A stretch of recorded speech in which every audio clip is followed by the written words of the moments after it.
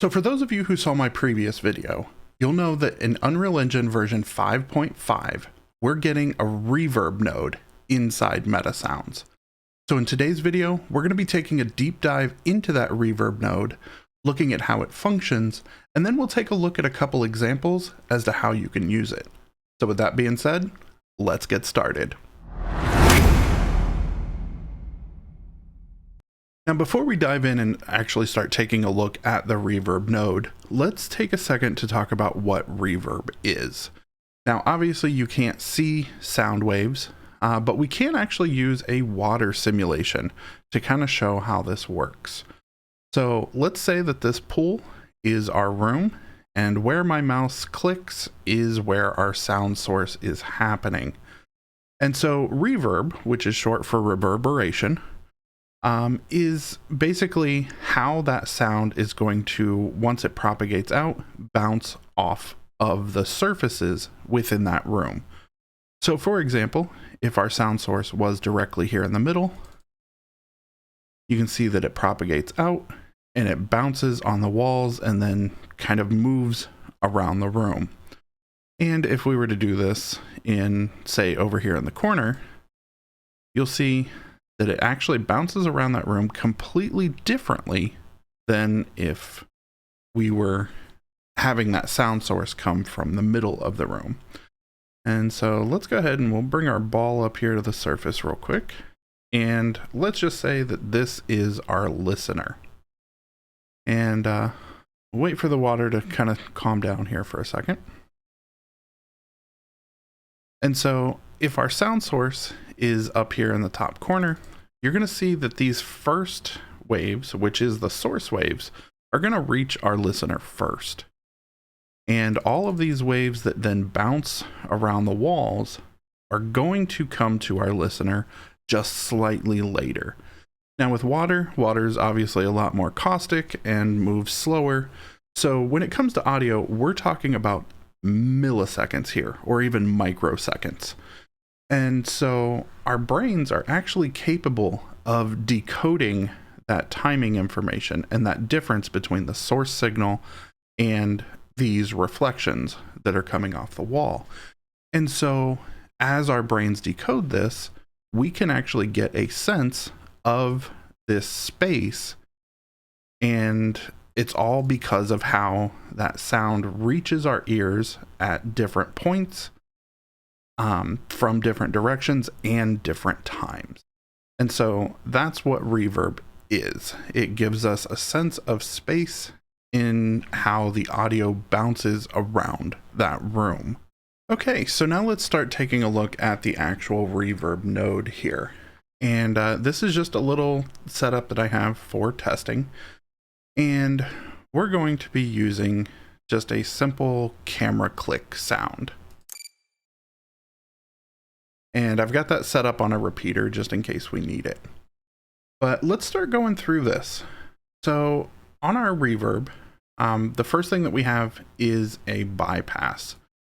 And so basically what that bypass does is it's going to prevent you from having to do things like, let's say, running this to a mixer, and then running the reverb to a separate mixer, or a separate mixer channel, and then running these to your output. So you don't have to split those out. You most certainly can, but unless your situation calls for a specific need to do that, this bypass is what's going to do that for you. And that's just going to allow the signal to pass straight through without being affected by this reverb. And so we can hear that. If we turn this on, you can hear that there is a reverb, but if we trigger our bypass, now we're still getting that full dry signal. We just don't hear any of the reverb, and that bypass will bypass the node completely, so it doesn't matter what any of your levels are set to.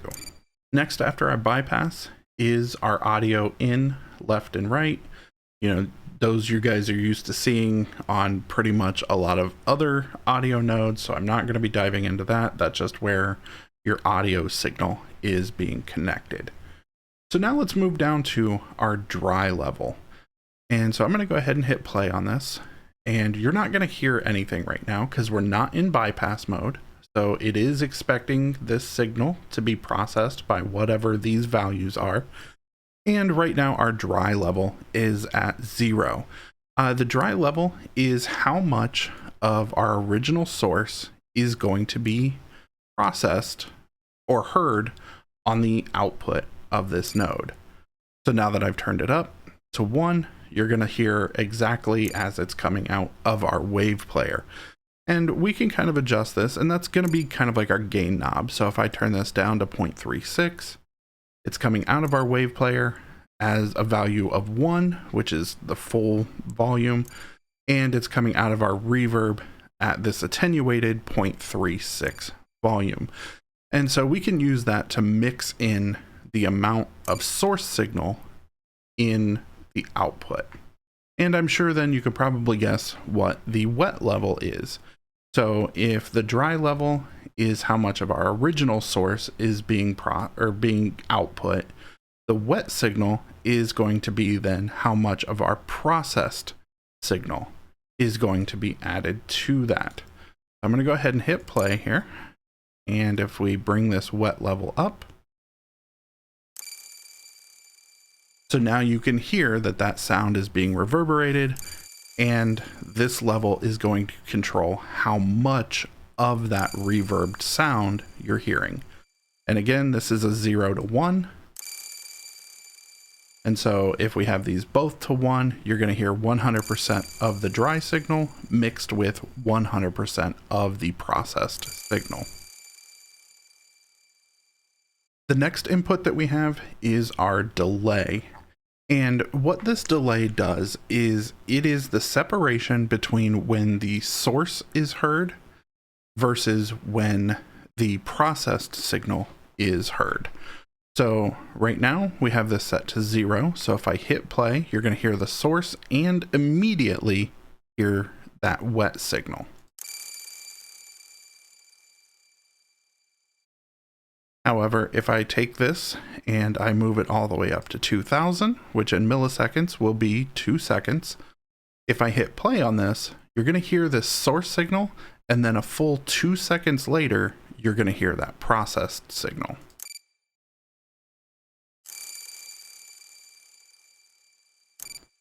Now, I will say when it comes to the delay, there's nothing in the tooltip that says this.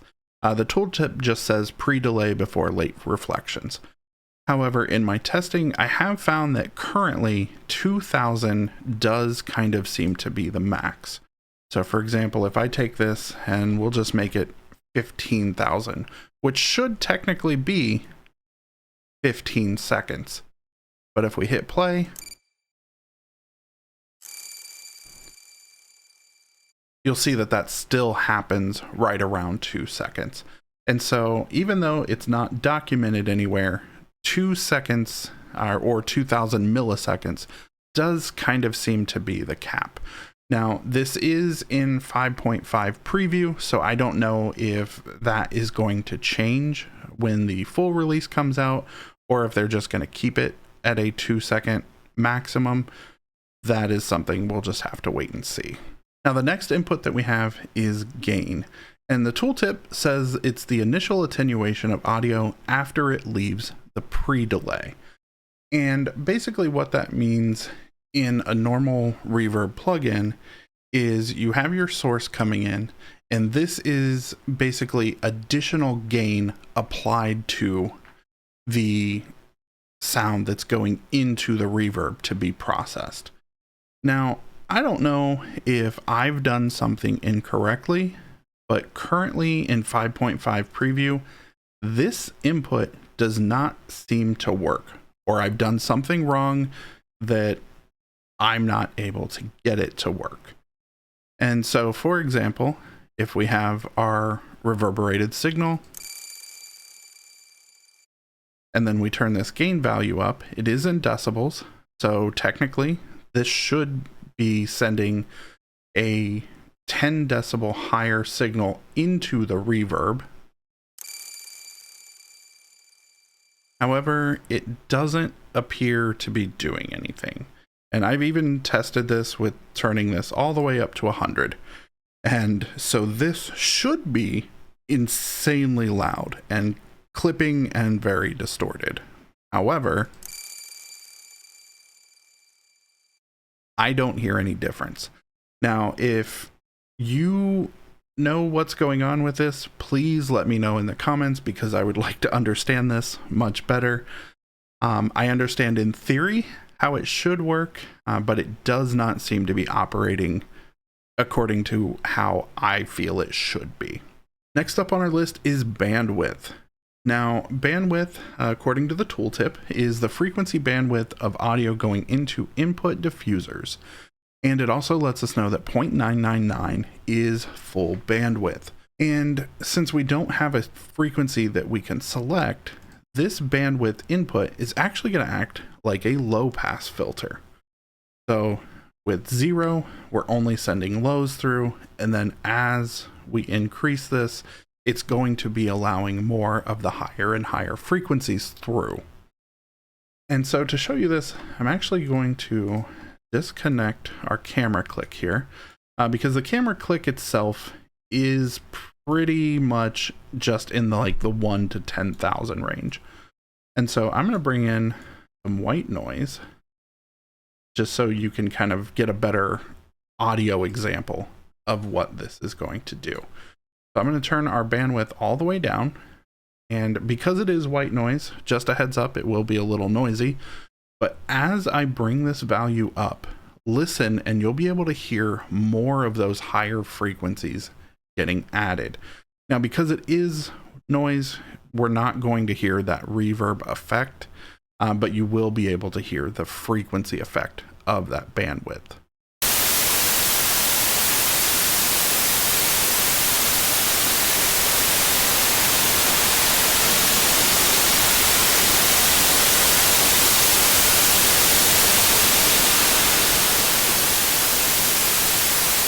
Next up after bandwidth is diffusion. And to show you this, I'm going to go ahead and get rid of our noise node here. And I'm going to bring back in our camera click. And basically what diffusion does is, for those of you who are familiar with ray tracing takes light and simulates how light bounces around a room. And you can define how many bounces that simulation will do. And diffusion is kind of like that. And so with diffusion, it's basically calculating how many paths or how many audio rays it's going to try and calculate. So a lower diffusion, you're going to hear, while you are going to hear it reverberated, you're going to be able to kind of better decipher between each of the independent bounces. Whereas the higher diffusion is going to be more bounces, and it's going to kind of sound more like a wall of sound instead of being able to hear those individual bounces. So we'll go ahead and hit play on this again. And so if you listen, you can hear all of those reverberated ticks. So let's go ahead and take our diffusion all the way up.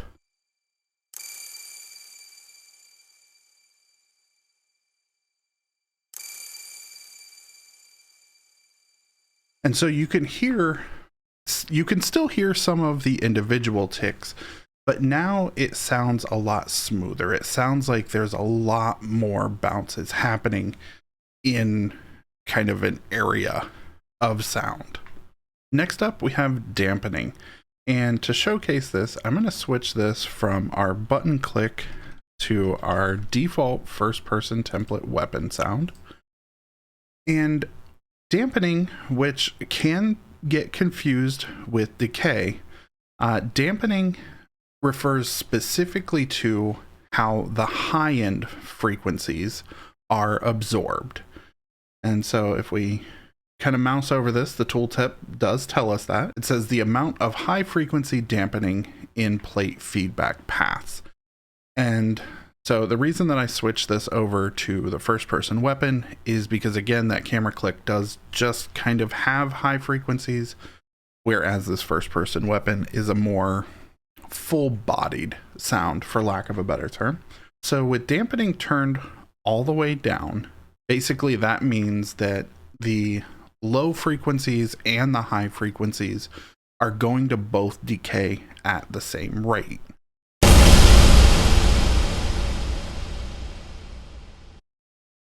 However, if we take this dampening and we turn it all the way up, you're still going to hear a reverberated sound, but if you listen closely, you'll notice that a lot of the higher frequencies are going to disappear. And we're just going to have those low frequencies that are going to continue to ring out.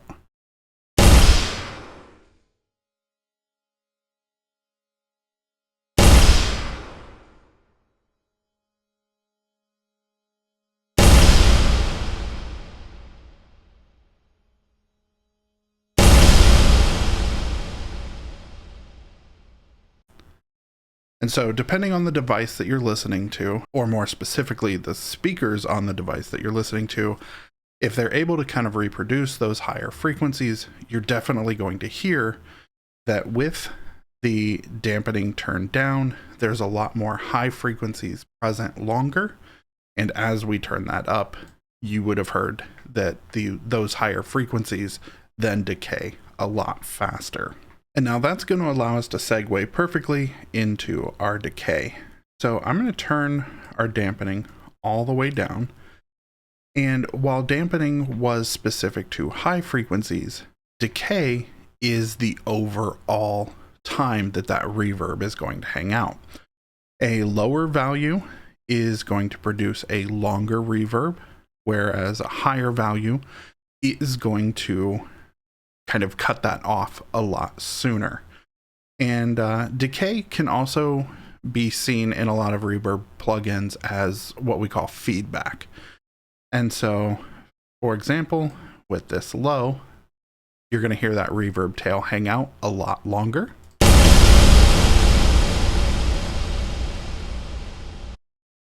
And if we turn this decay up, it's going to decay faster, and so that reverb tail is now going to be shorter. And lastly, we're going to take a look at density. And density and diffusion are kind of similar, but density is really going to drive that wall of sound with higher values. So I have gone ahead and set this back to the click button, and with our density set as 0, you can hear a lot of those individual bounces. But as we turn this density up, you're going to hear a lot more, for lack of a better term, let's call them micro bounces. And so it's just going to kind of fill in those gaps in between the distinct bounces and just make that reverb sound a lot more full. So again, with 0, and with our density all the way up.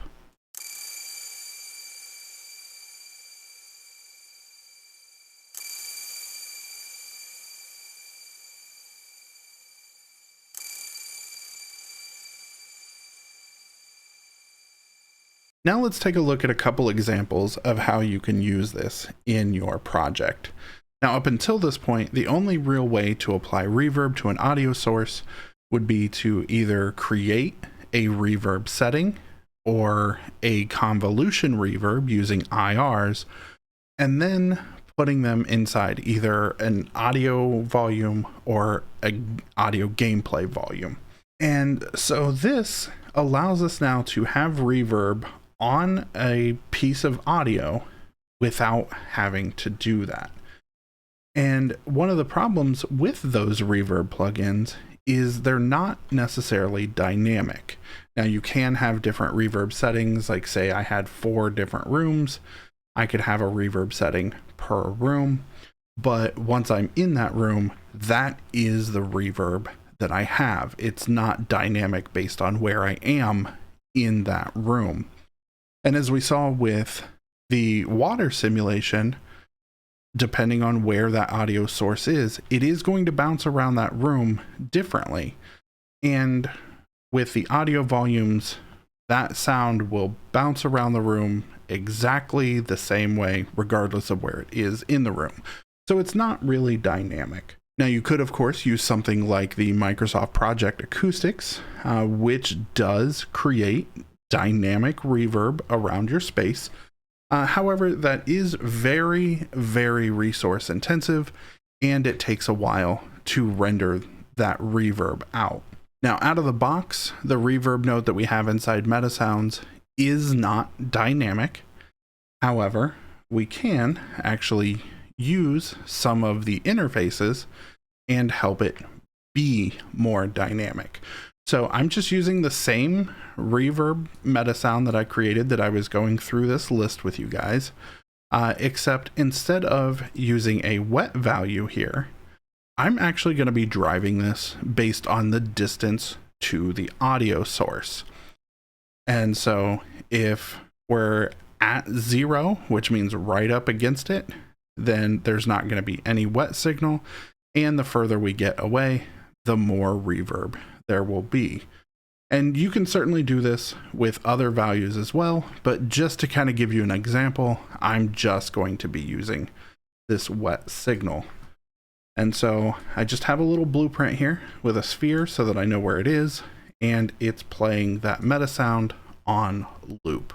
So I'll go ahead and hit play on this, and because we are farther away, you will hear that camera click looping with reverb, but then the closer that we get to the source, the less reverb that you're going to hear.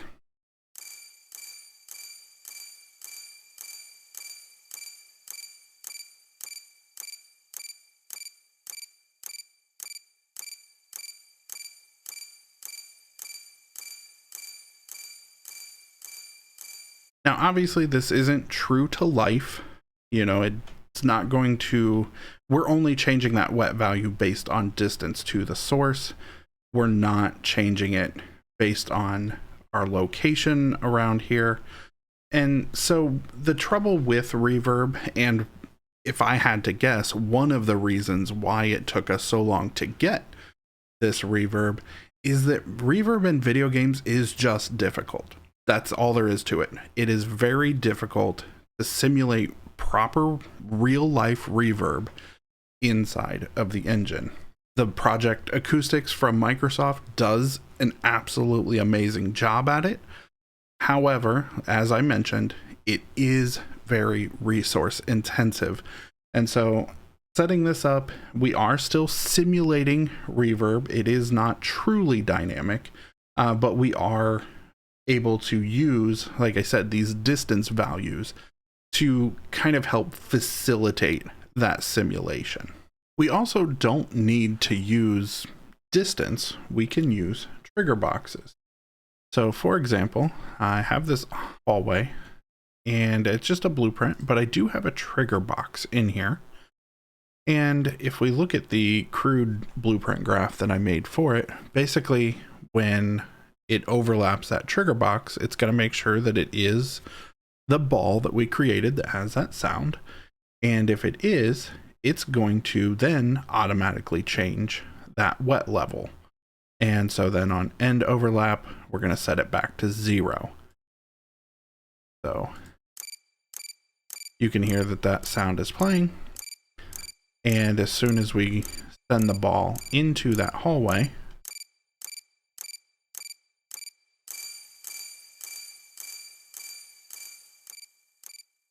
you can hear that it had reverb while it was in there, and then that reverb got removed again when it left.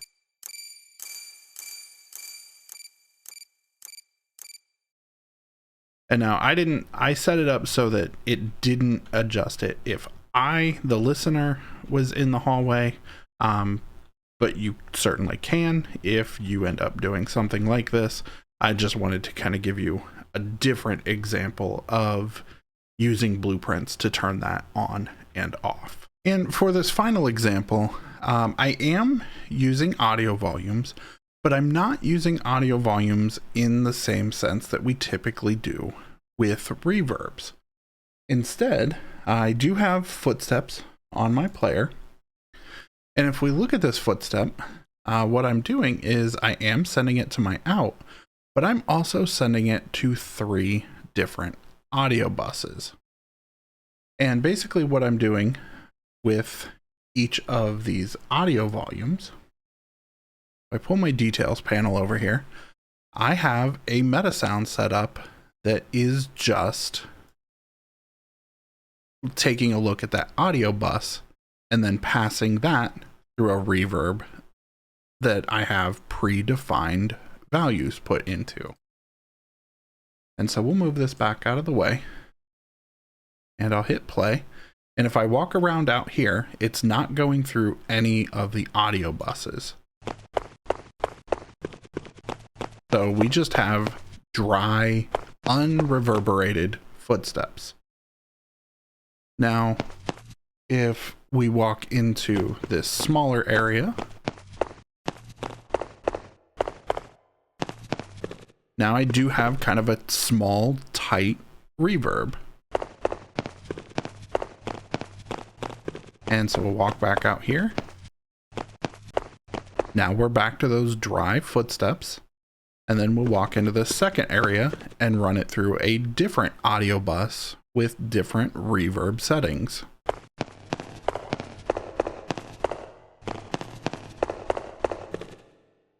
And so now you can hear that it is a bigger reverb. And lastly, we'll go into our makeshift gymnasium here.